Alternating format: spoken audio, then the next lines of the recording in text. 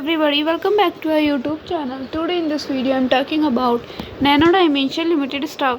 In this video I am talking about stock pros and cons and technical analysis and latest news about it. Stock is trading at $3.17 with 0.94% negative in a day. Weekend stock was volatile for a day.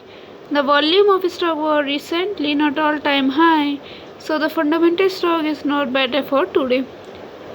Before buying and selling the stock, please consult your financial advisor. Today's video is done. Thanks for watching. Please subscribe my YouTube channel and like the video and also comment all related queries.